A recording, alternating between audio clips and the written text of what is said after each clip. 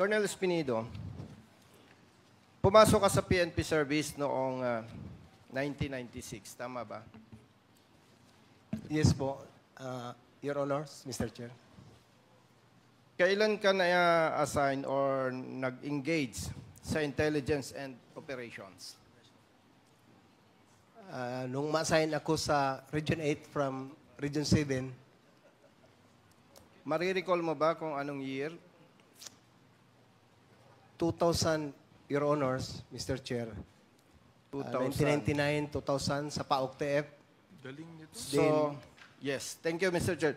So, more than 20 years ka na sa intelligence and operations, right? Ganon, yes, Okay. Mr. Chair. Kailan ka na-engage sa anti-illegal drugs? Under ako ng KANO, City Anti-Narcotics Unit, 2001, 2002. So, more than 20 years ka na rin sa anti-illegal drugs, tama? Hindi 20 years kasi sa Regional Intelligence Investigation ako Division, Your Honors. Specifically, pag sa KANO, 3 taon lang sa KANO. Yes. Okay. During the previous hearing, tama ba yung nadinig ko, Mr. Chair, na nabanggit ni Colonel Espinido, kung ayaw ng Chief PNP ang illegal drugs, walang illegal drugs. Tama ba? Yes. Thank you. Big yes, Your Honors. Thank you, Mr. Chair. Ano ang nagtulak sa'yo para sabihin ito? That is my personal experience, Your Honors, Mr. Chair.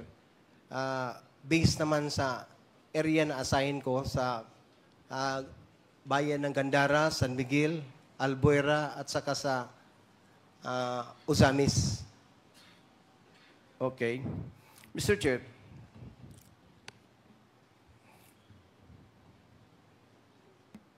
naniniwala ka ba na alam ito ng maraming PNP personnel, pero ikaw lamang ang naglakas loob na expose ito? Mayroon nakaalam, mostly, Your Honors, mga classmate ko.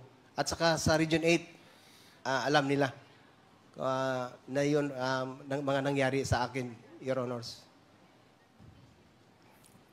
Kung nabanggit mo yan, na kung ayaw ng Chief PNP ang illegal drugs, walang illegal drugs, pwede rin ba nating sabihin na kung ayaw ng Chief PNP ang illegal gamblings, kasama ang illegal pogus, walang illegal na ganito?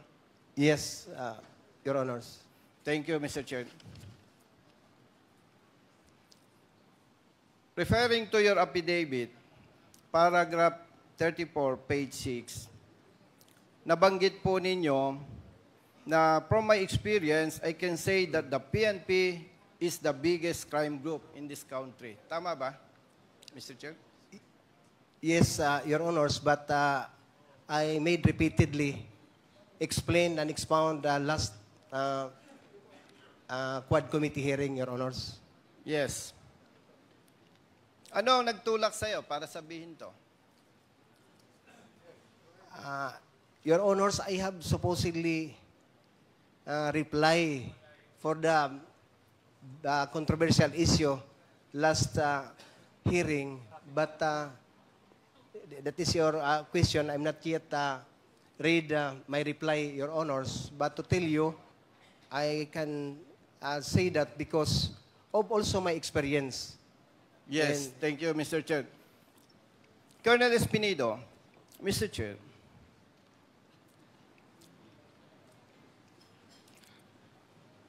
sinabi mo ba ito na the biggest crime group sa ating bansa ay ang PNP dahil may mga personnel ng PNP na involved sa illegal drugs? Yes or no?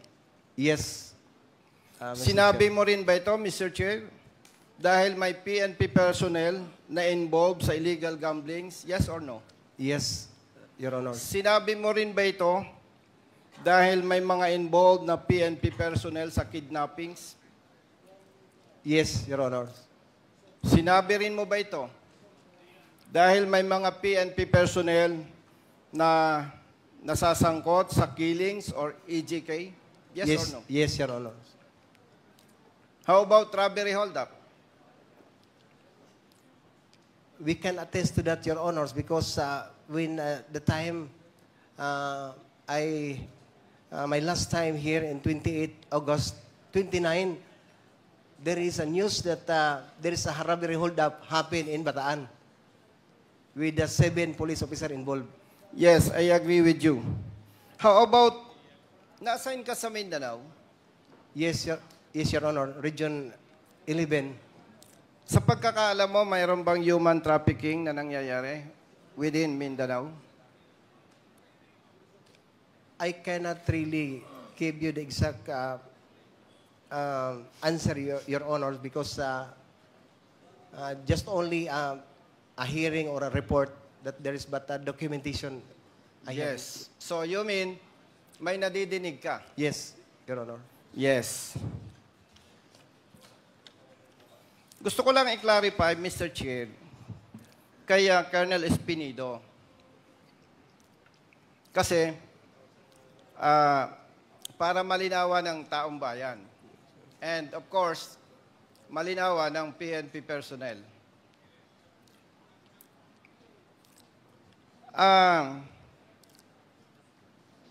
Kung pagbabasihan ko yung ating conversation, this hearing,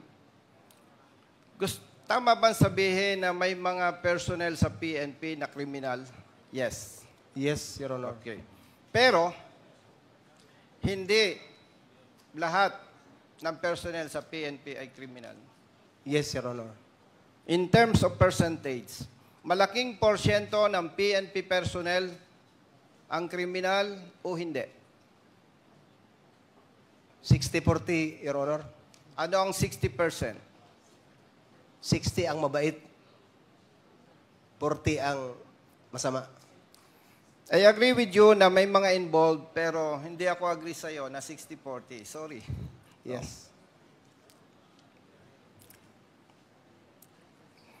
Meron ka ba, Colonel Espinido, na siyempre, pagkita mo yung problema, especially you, more than 20 years sa PNP, nakikita mo yung problema, di ba? Okay. Meron ka bang idea para ma-resolve or ma-address ito na kung saan sinasabi mo na maraming kriminal sa loob ng PNP? We have, Your Honors. Pwede po ba, Mr. Chair, madinig kung ano yung mga idea ni Colonel Espinido na pwedeng gawin ng PNP to address this problem? Mr. Chair? Your Honor, number 1, we must stick to the core values of the PNP. Dapat ang police. It refers to 4 aims. Makadiyos, God-fearing, makakalikasan, makatao at makabansa. Remember, Your Honors, when I applied for police or public basic recruit course as a PO1, sa pag-umpisa pa lang sa training, turuan ka na ng enlisted instructor mo na mag-utang. Tinawag na issuematic. Hanggang matapos ka sa pag-training mo, utang, loan, utang. Tinuruan ka na hindi ka magbayad sa utang mo kasi wala ka ng pera, wala ka ng sweldo, wala ka ng sahod. Kasi ang gusto din ng PO1 na hindi siya pagtripan ng mga enlisted instructor, kung ano-ano na lang ang gusto ng mga enlisted instructor, sang-ayon ang PO1. Diyan pa lang sa training center, Your Honor, hindi mo na makikita na makadiyos ang polis. Pangalawa, dapat masali sa subject ng PPEC. Yung talagang prinsipyo na may Panginoon. Your Honors, involvement of concubinage and adultery sa law enforcer ang dami.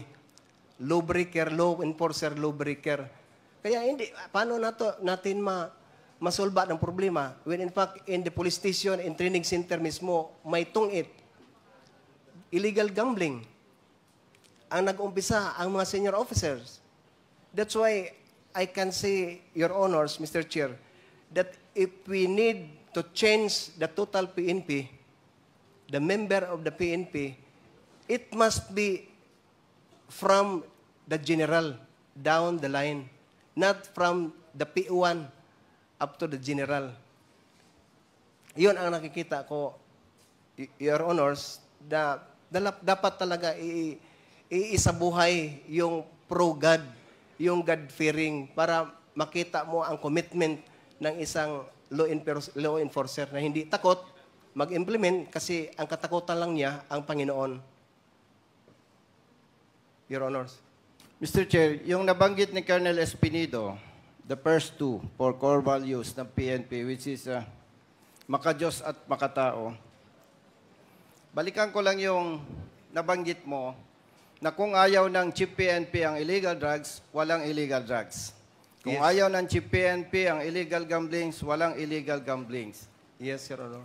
Tanong, may idea ka pa ba kung itong makadiyos at makatao ay sabi-sabi lamang, is there any option para ma-address yung problema?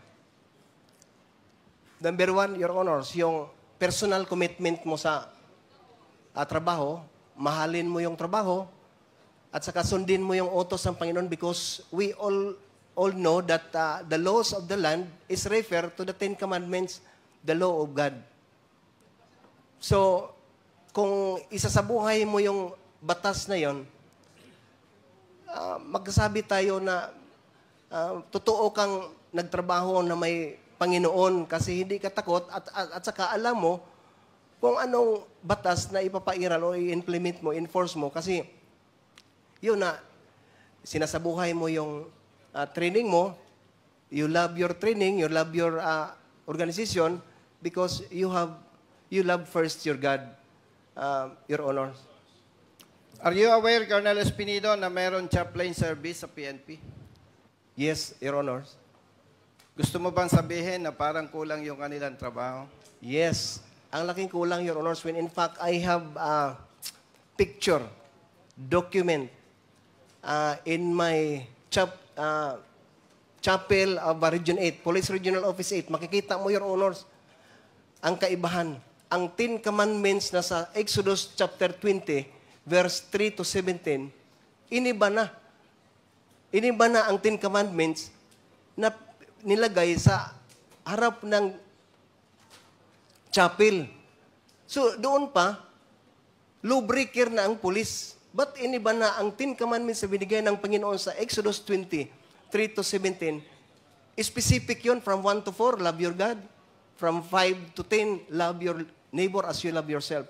So doon nag-umpisa na. Nasa loob pa, may violation na, disobedient of the law. Ang kapulisan natin. Sa Pro 8, Your Honor, I can see to that. Going back, so dapat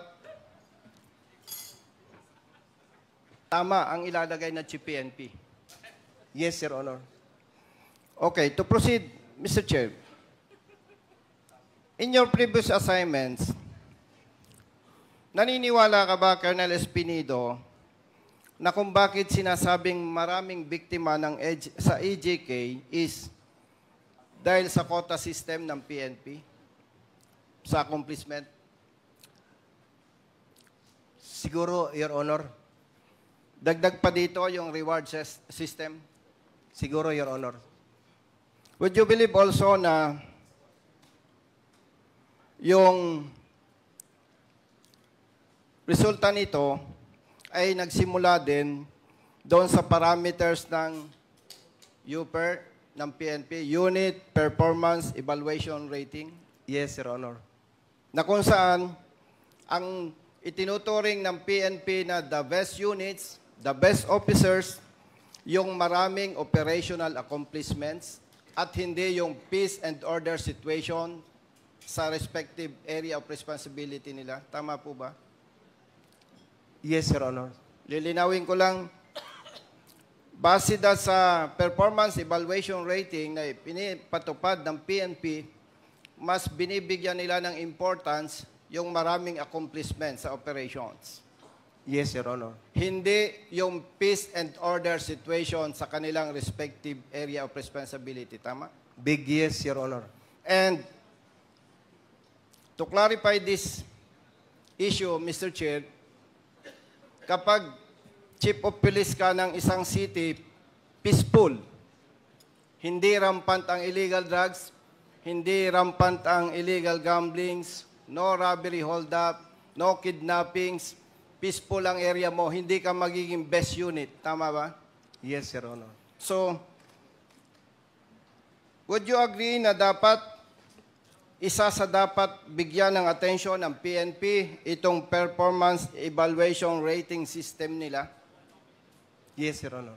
na mas pahalagaan yung peace and order situation ng bawat area of responsibility, hindi ang padamihan ng accomplishments? Yun ang dapat, Your Honor. More than 20 years ka sa service, would you agree that there are officers na may tinatawag na players Yes, Your Honor. para gumawa ng accomplishment? Yes, Your Honor. Yes. Thank you, Mr. Chair.